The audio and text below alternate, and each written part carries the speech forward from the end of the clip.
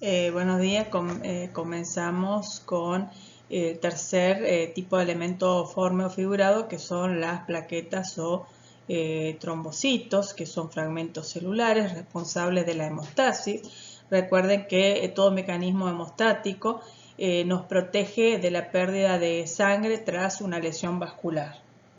Bueno, acá en esta imagen podemos ver la médula ósea roja, los sinusoides y el endotelio pavimentoso que forman las paredes de los sinusoides. En, en la médula ósea roja se van a producir también las plaquetas o trombocitos, la hormona que estimula la producción de plaquetas o trombocitos es la trombopoyetina, que es producida por los riñones y también por el hígado. Bueno, en realidad las plaquetas se forman a partir de células grandes conocidas como megacariocitos, que miden más o menos 150 micrómetros, que son células que inicialmente duplican su material genético, pero no dividen su núcleo ni su citoplasma, por eso que son células tan grandes. Y a partir de esas células grandes se emiten estas células, los megacariocitos, emiten pseudópodos que atraviesan el espacio entre el endotelio, o sea, se abren paso entre el endotelio y entonces se meten dentro de los sinusoides. Y el flujo de sangre va arrastrando pedazos, fragmentando esos protrombocitos y los segmenta en trombocitos. Así se forman los trombocitos o también conocidos como plaquetas. Las plaquetas son chiquitas, miden aproximadamente entre 2 a 4 micrómetros, pero son dentro de todo las células que ocupan el segundo lugar en su número. Hay 150.000 a 300.000 por milímetro cúbico de sangre y en realidad hay un gran depósito de plaquetas, principalmente en el bazo, y cuando se produce una hemorragia, entonces el vaso libera ese gran depósito de plaquetas para que cumplan con su función. Bueno, acá en esta imagen podemos ver cómo la célula madre hematopoyética pluripotencial de la médula ósea roja da origen a las dos líneas, la línea linfoide y la línea mieloide, y a partir de la línea mieloide se van a formar las unidades formadoras de colonias de megacariocitos. Acá tenemos esta célula representada acá, el megacarioplasto, y a partir del megacarioplasto se va a formar el megacariocito. Todo este proceso de transformación dura aproximadamente 7 días una vez que se forman las plaquetas tienen una vida media de 10 días. Bueno, las plaquetas, si bien son fragmentos celulares, son muy complejas en su estructura y también tienen múltiples funciones, como por ejemplo secretan vasoconstrictores. Esas sustancias vasoconstrictoras, como por ejemplo la serotonina, evita la fuga de sangre cuando se produce una lesión vascular. También secretan sustancias que permiten la agregación plaquetaria y de esta forma se forma el trombo hemostático. También secretan procoagulantes. Una vez que se detiene la hemorragia y es necesario la retracción del coágulo, liberan enzimas que disuelven el coágulo.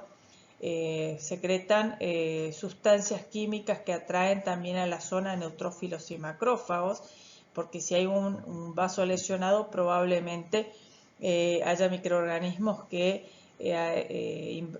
estén presentes y que estén invadiendo los tejidos, y secretan sustancias de crecimiento que estimula el crecimiento de fibroblastos y de músculo liso, entonces se puede reparar más rápido el vaso lesionado. Las plaquetas tienen, o sea, externamente una carga eléctrica negativa, eso evita su adhesión al endotelio vascular. pero eso mientras que el endotelio no esté lesionado. También tiene un glucocáliz que está formado principalmente por glucoproteína transmembrana.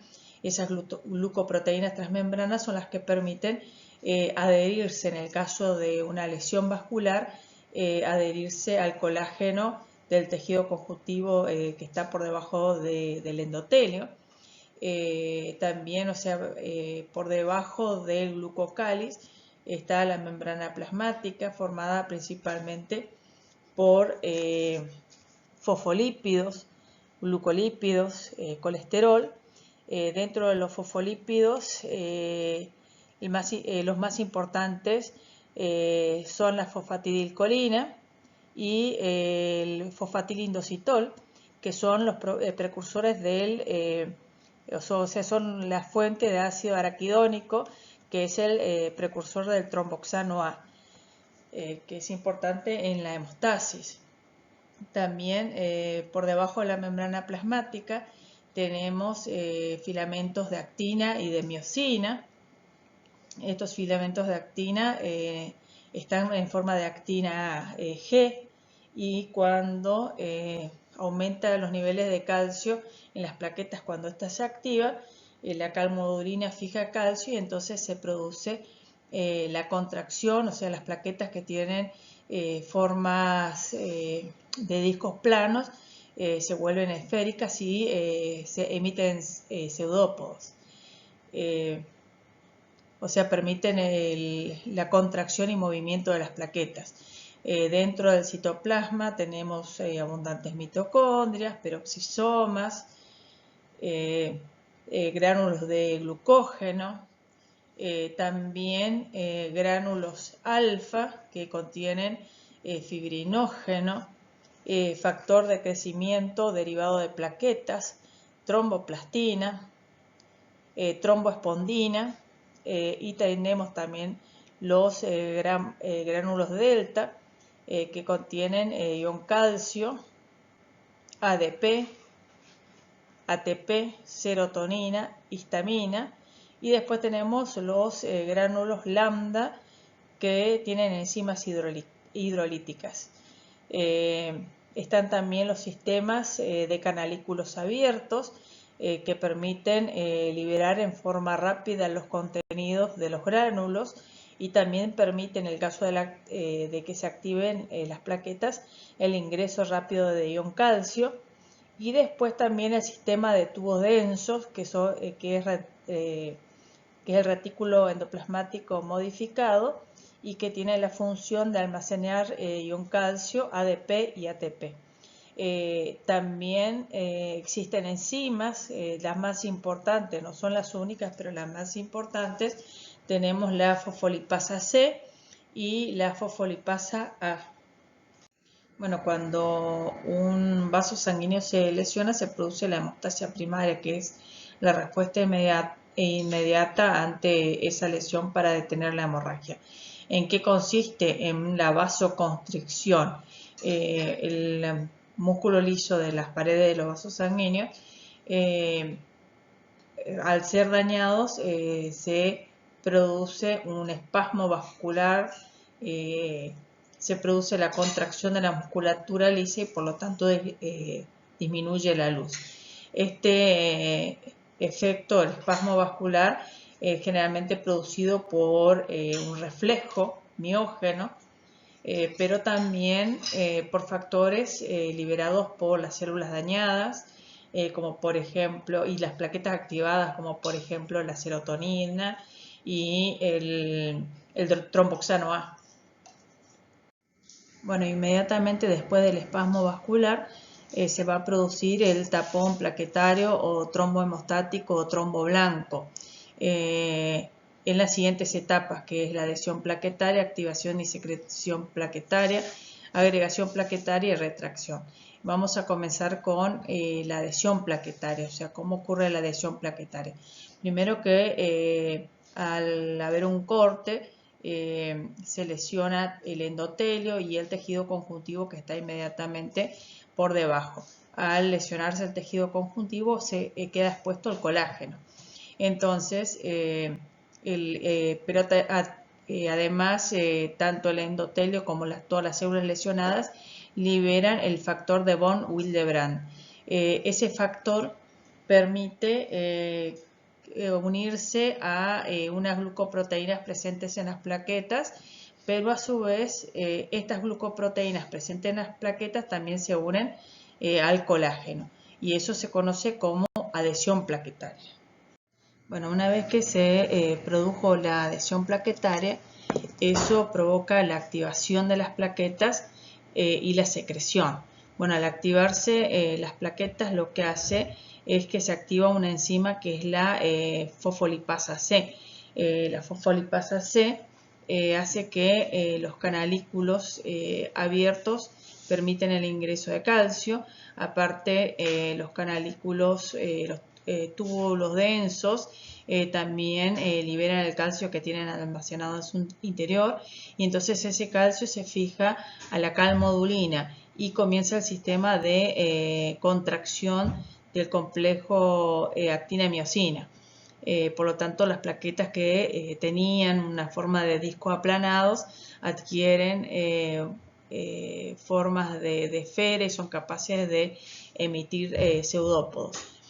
Por otro lado, la activación de fosfolipasa C también permite la degranulación del contenido de los gránulos alfa, y uno de los componentes de los gránulos alfa es la tromboespodina, que lo que hace es permitir la unión entre las plaquetas.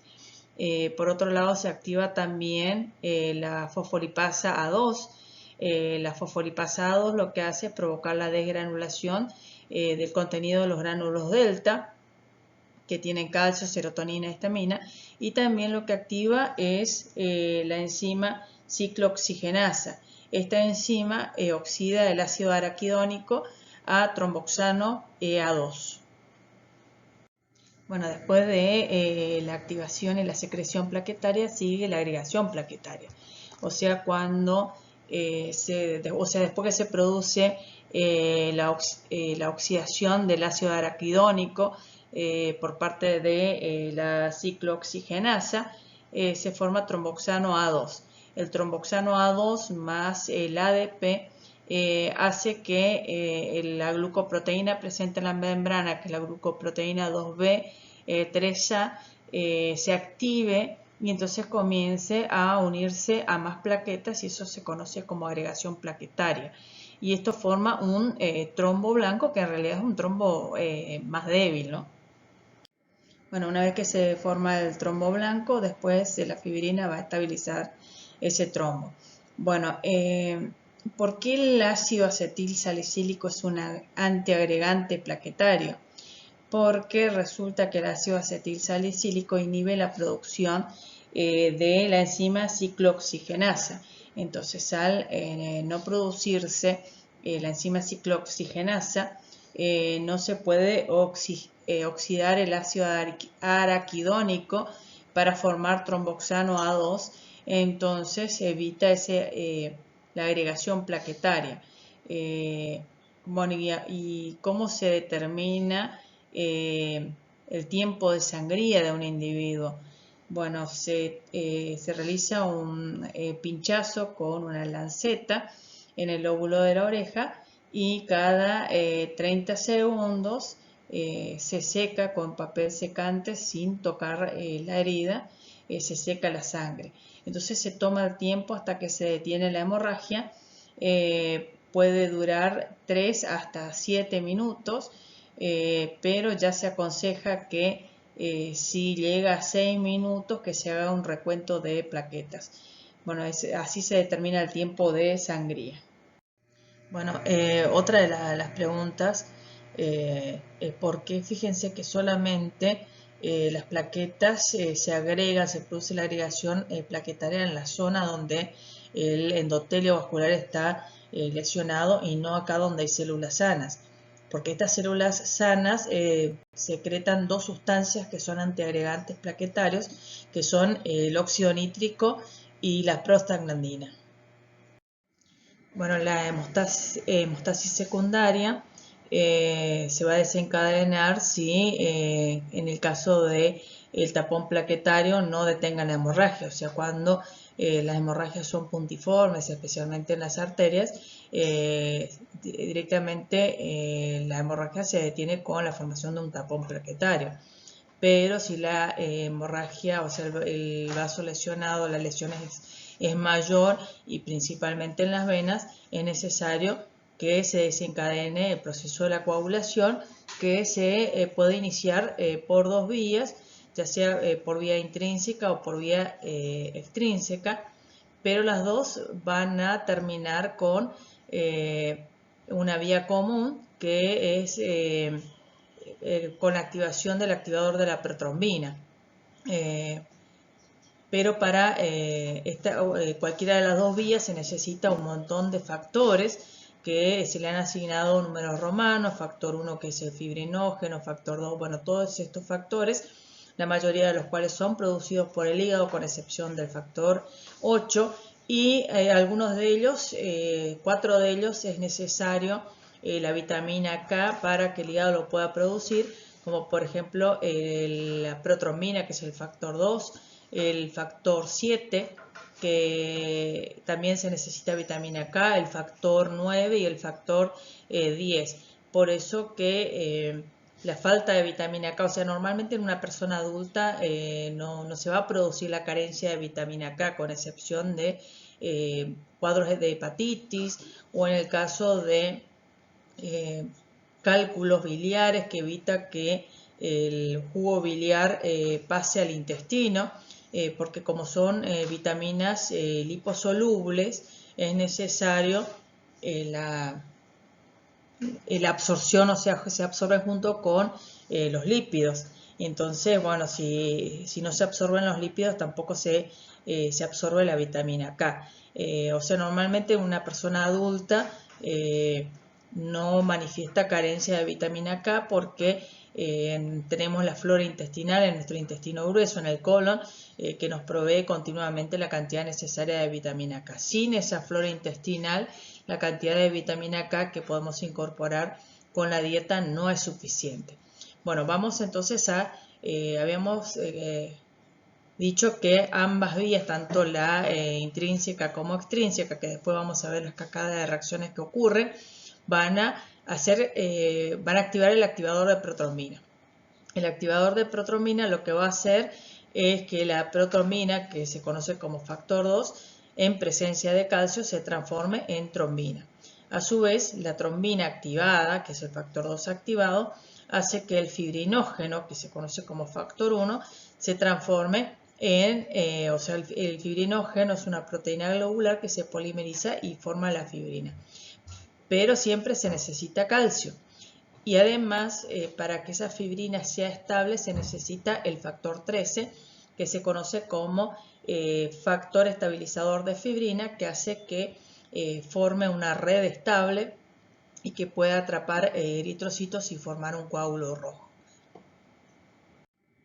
Bueno, recuerden de que para que se active el activador de protrombina, es necesario que se active en cualquiera de las dos vías, ya sea la vía intrínseca como la vía extrínseca. La vía extrínseca es explosiva, es muy rápida y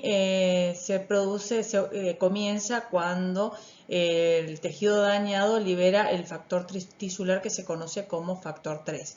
Ese factor 3 hace que el factor 7 inactivo se transforme en factor 7 activo. Y ese factor 7 activo, en presencia del calcio y en presencia del factor 3, hace que el factor 10 inactivo se transforme en factor 10 activo. Ese factor 10 activo, más calcio, más el factor 5, es el activador de la protrombina. Por otro lado, tenemos la vía intrínseca, que normalmente comienza cuando hay traumatismo sanguíneo o exposición de colágeno. Entonces eso hace que el factor 12 inactivo se transforme en factor 12 activo.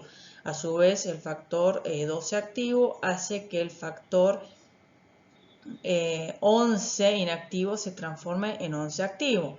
Y el factor 11 activo, en presencia de calcio, hace que el factor 9 que está inactivo se transforme en factor 9 activo.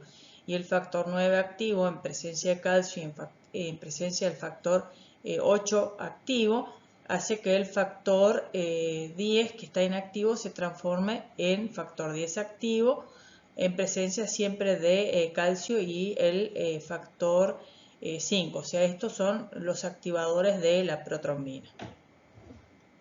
Bueno, una de las grandes diferencias entre la vía extrínseca y la vía intrínseca es que la vía extrínseca es explosiva, rápida, tarda más o menos 15 segundos en detener el sangrado. En cambio, la vía intrínseca es mucho más lenta y tarda entre 1 a 6 minutos en detener la hemorragia. Bueno, recuerden que cuando se formó el coágulo queda retenido también el plasminógeno que está en su forma inactiva. Entonces, una vez que se detiene la hemorragia, aproximadamente 1 a 2 días después, el plasminógeno se va a activar y se va a transformar en plasmina o fibrinolicina, también conocida, y la plasmina o fibrinolicina va a encargarse de, es como una proteasa similar a la tripsina, que degrada la fibrina y se produce entonces la retracción o disolución del coágulo, que también se conoce como fibrinólisis.